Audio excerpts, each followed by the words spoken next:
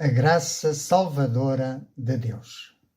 Sejam bem-vindos à Escola Bíblica Dominical. E esta é já a 7ª lição. E nela nós vamos aprender e vamos nos preparar para receber o presente imerecido de Deus, o seu Filho Jesus Cristo. E a única coisa que nos é exigido é fé bíblica. Mais uma vez, bem-vindos à Escola da Fé Bíblica. E nesta lição vamos estudar e aprender sobre graça e salvação, graça e obras, graça e vida cristã, com destaque para algumas verdades espirituais, princípios transculturais, e terminaremos com uma reflexão e uma oração. Estás pronto? Vamos lá. Para começar, imagina alguém a afogar-se no meio do mar. Uma tempestade violenta e ele não sabe nadar. Braceja, mas a água começou a entrar-lhe pelos pulmões e está a afogar-se.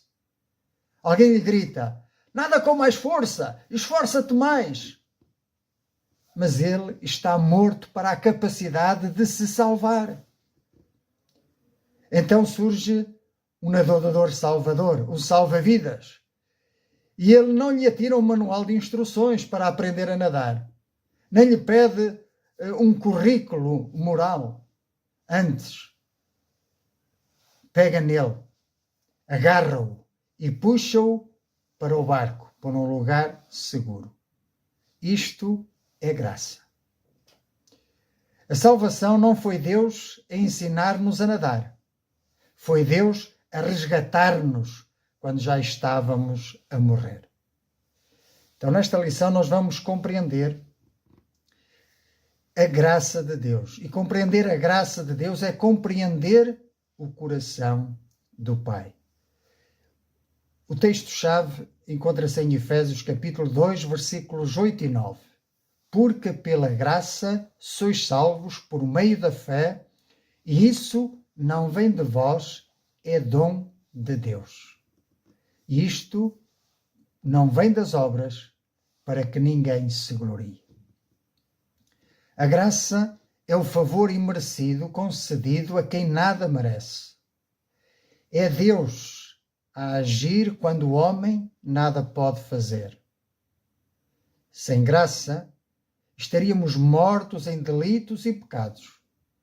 Mas com a graça de Deus, o favor imerecido, fomos vivificados juntamente com Cristo. Então precisamos compreender que a salvação é um dom imerecido.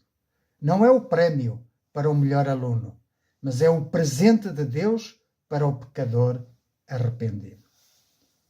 Depois vamos também refletir. Se a salvação é dom, onde fica o orgulho humano? E se é graça, onde entra o mérito humano? E se é iniciativa divina, onde cabe a vanglória humana? A graça desmonta o ego e constrói a humildade. Ela não é ajuda, mas trata-se de uma ressurreição, de uma regeneração, de um novo nascimento. Então vamos refletir que as boas obras não são a raiz da salvação, mas o seu fruto. Não trabalhamos para ser salvos, mas porque já fomos resgatados, transformados, renascidos. Depois iremos também mostrar que a graça coloca-nos numa posição elevada, numa posição espiritual, que ela produz também em nós obras com evidências externas. E a graça também transforma a nossa vida cristã no dia a dia.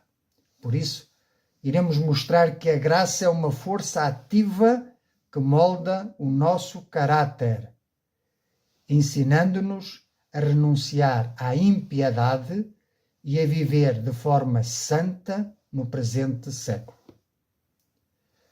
Vamos então entrar no primeiro tópico desta lição: graça e salvação.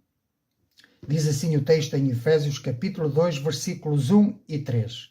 Estando vós mortos nos vossos delitos e pecados, nos quais andastes outrora, segundo o curso deste mundo, segundo o príncipe da potestade do ar, do espírito que agora atua nos filhos da desobediência, entre os quais também todos nós andamos outrora, segundo as inclinações da nossa carne, fazendo a vontade da carne e dos pensamentos, e éramos por natureza filhos da ira, como também os demais.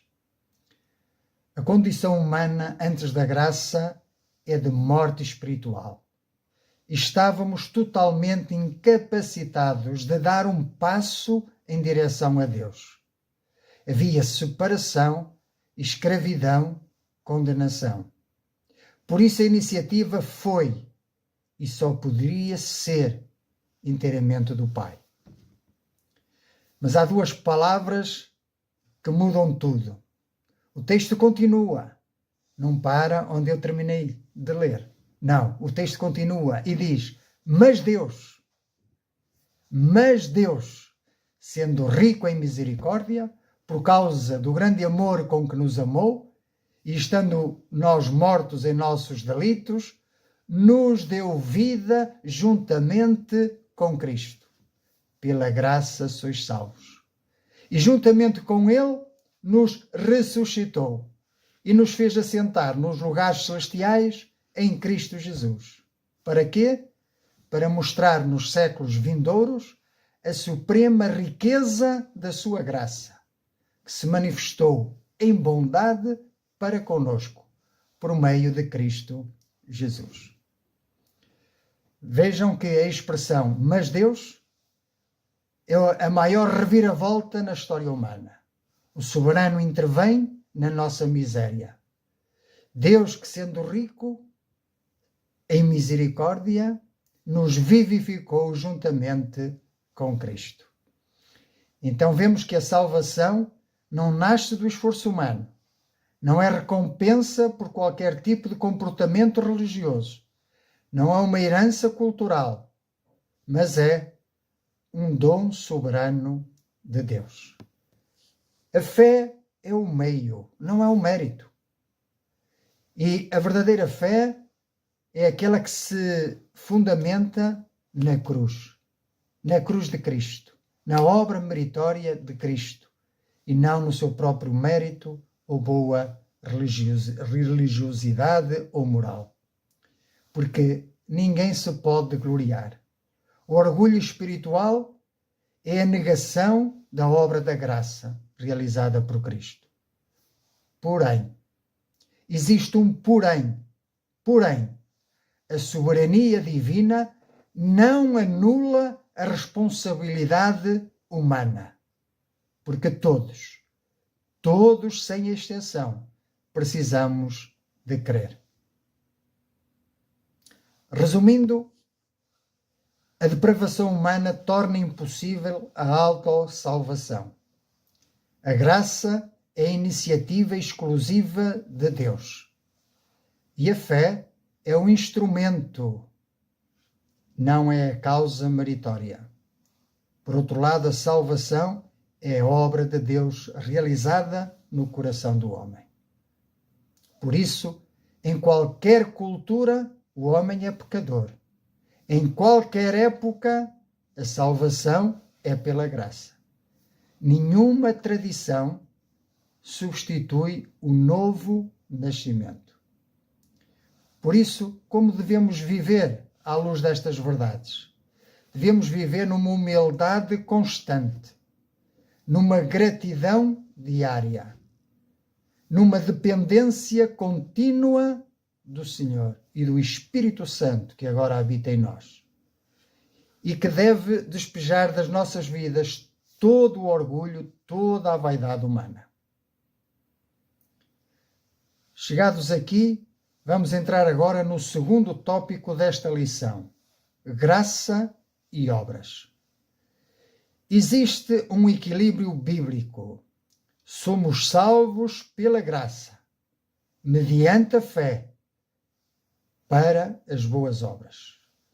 Isto aponta para uma benevolência que não olha a méritos. A graça não elimina as obras, coloca-as no lugar certo. Ou seja, as obras são uma evidência externa de uma metanoia interna. Metanoia significa mudança de mente, renovação de mente. Então nós não somos salvos pelas boas obras, mas somos salvos para andarmos, praticarmos as boas obras. E neste sentido, Tiago declara: a fé sem obras é morta. Obras são o perfume da graça.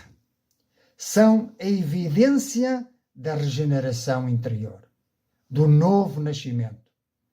As boas obras são o fruto da árvore que está viva, que tem a vida de Deus em si.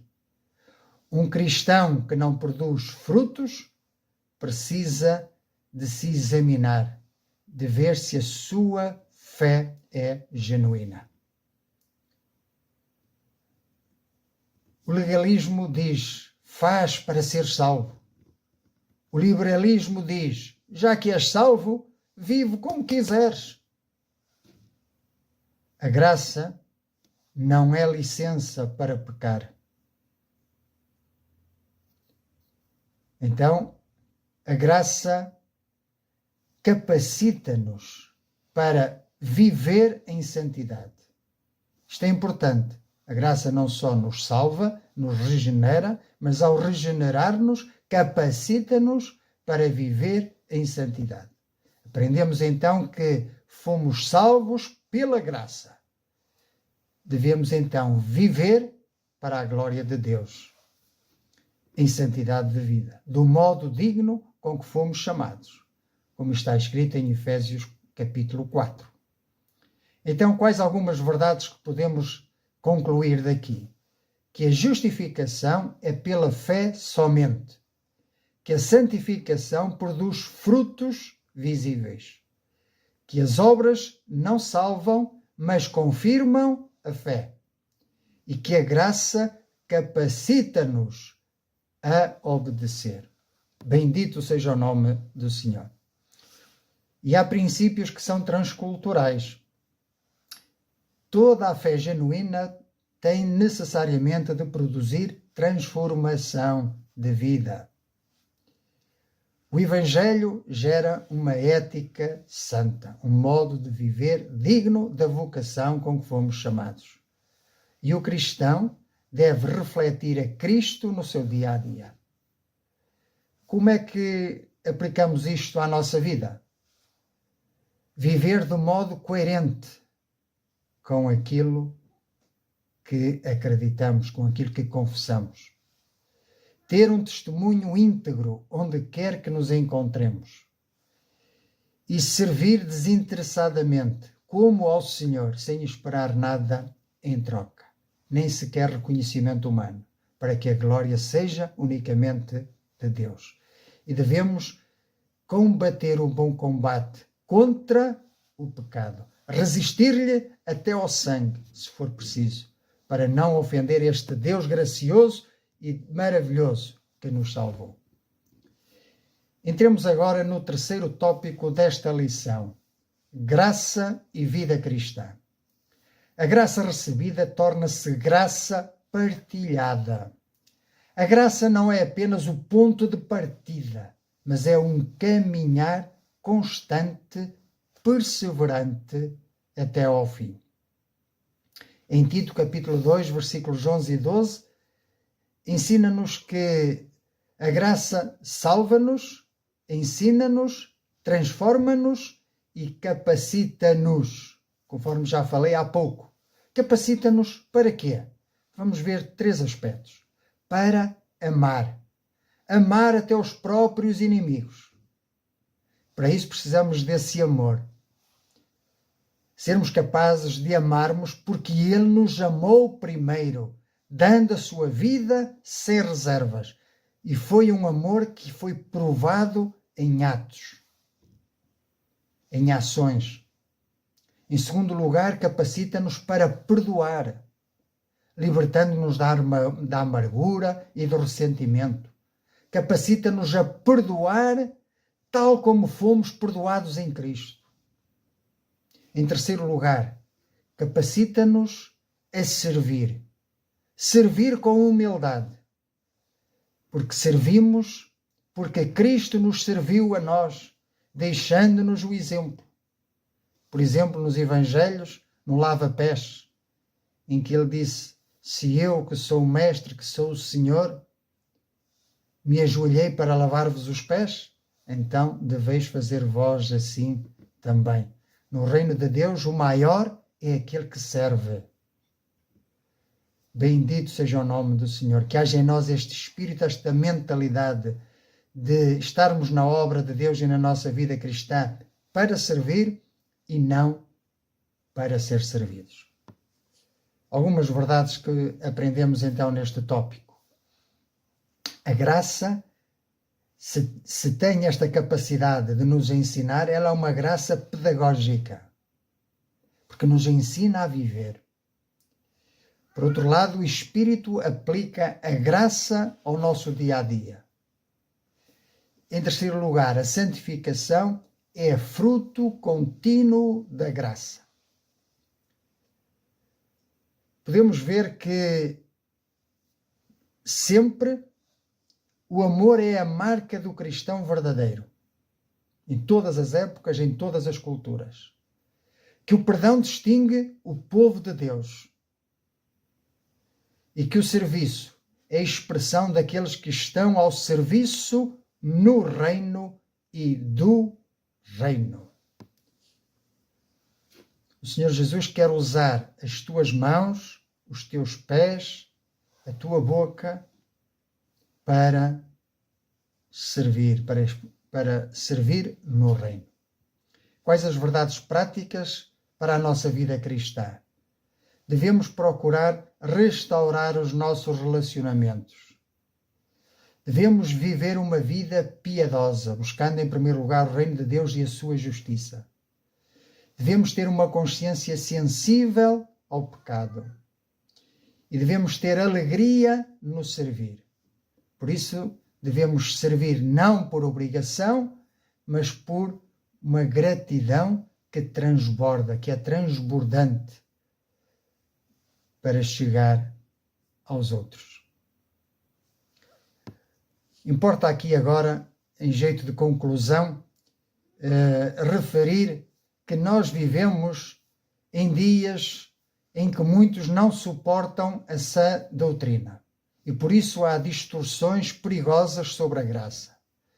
Surgem aqueles que defendem que, uma vez que a graça superabundou, a graça de Deus superabundou, podemos viver de qualquer maneira. Podemos continuar a pecar. O apóstolo Paulo em Romanos diz: permaneceremos no pecado? Mas a resposta é: de modo nenhum. Porque em título, como nós já vimos, a verdadeira graça ensina-nos que, renunciando à impiedade e às concupiscências mundanas, vivamos neste presente século sóbria, justa e piamente. Por outro lado, o legalismo diz que a salvação consiste na guarda de dias, dietas ou que se obtém por méritos humanos. Mas isso atenta contra a suficiência do sacrifício de Cristo na obra do Calvário. E por isso, Paulo afirma que a salvação é pela graça, é um dom de Deus, não vem das obras, para que ninguém se glorie. Em terceiro lugar, fé sem transformação não existe. Tem que haver transformação. A obra da graça produz fruto no crente, levando-o à santificação em todo o seu proceder. É o andar digno da vocação com que fomos chamados. Pois a fé sem obras é morta.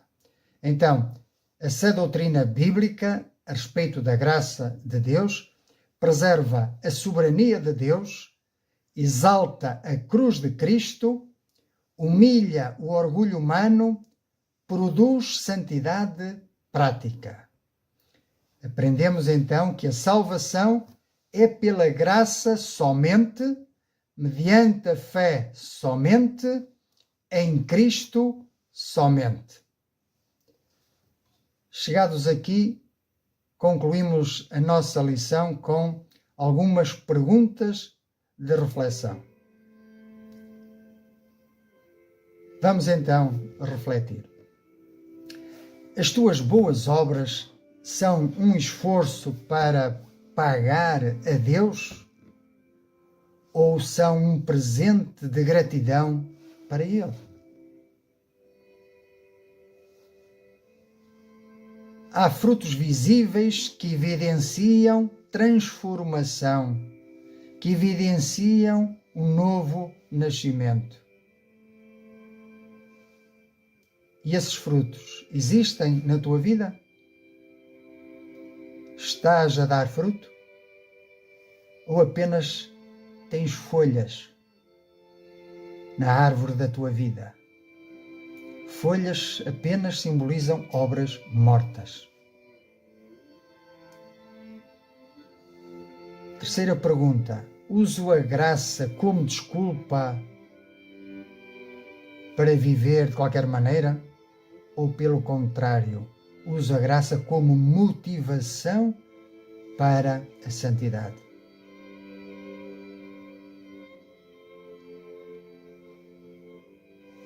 Tenho amado, perdoado e servido como expressão da graça recebida?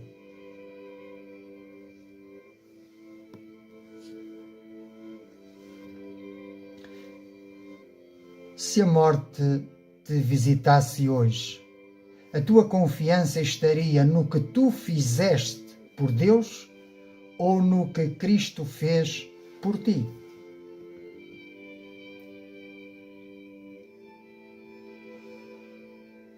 Confio apenas na obra de Cristo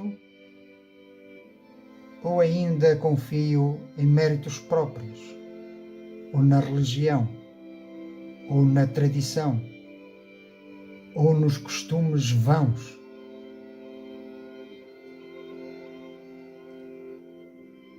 Bom, se ainda não tens a certeza da salvação e se compreendes que precisas de Deus para te salvar, eu quero conduzir-te numa oração de entrega ao Senhor Jesus, pedindo que transforme a tua vida, que te salve, que te receba como filho na família da fé e assim possas ter um futuro eterno garantido à tua espera. Vamos então orar. Pai Santo, aprendi sobre a tua graça, graça salvadora, uma graça que me chama para as boas obras que tu preparaste, uma graça que me capacita a viver em santidade. Ó Senhor, mas tu sabes como os pecados me têm afastado de ti. Tu sabes como nasci debaixo de condenação eterna, pois herdei a morte de Adão, herdei a condenação eterna de Adão. Por isso, eu reconheço que a obra de Cristo no Calvário é uma obra de restauração, é uma obra que me traz perdão para a minha vida, que traz liberdade, libertação da condenação eterna. Eu compreendo que o Senhor Jesus se ofereceu em sacrifício ao Pai em meu lugar, para que agora Ele tome sobre si a minha morte e eu receba dele a vida eterna. Por isso eu te aceito como o meu único Senhor e suficiente Salvador. Faz de mim um filho teu, uma nova criatura, e ajuda-me a viver a cada dia amando, perdoando e servindo no teu reino. Isto te peço em nome do Senhor Jesus, para a tua honra e para a tua glória. Amém. Então, se fizeste esta oração, já és filho de Deus, estás inserido no seu reino, tens a vida eterna como garantia. Bendito seja o nome do Senhor. O meu conselho é que te firmes nestas verdades e que Deus possa abençoar ricamente a tua vida e até à próxima aula, se Deus permitir. Até lá.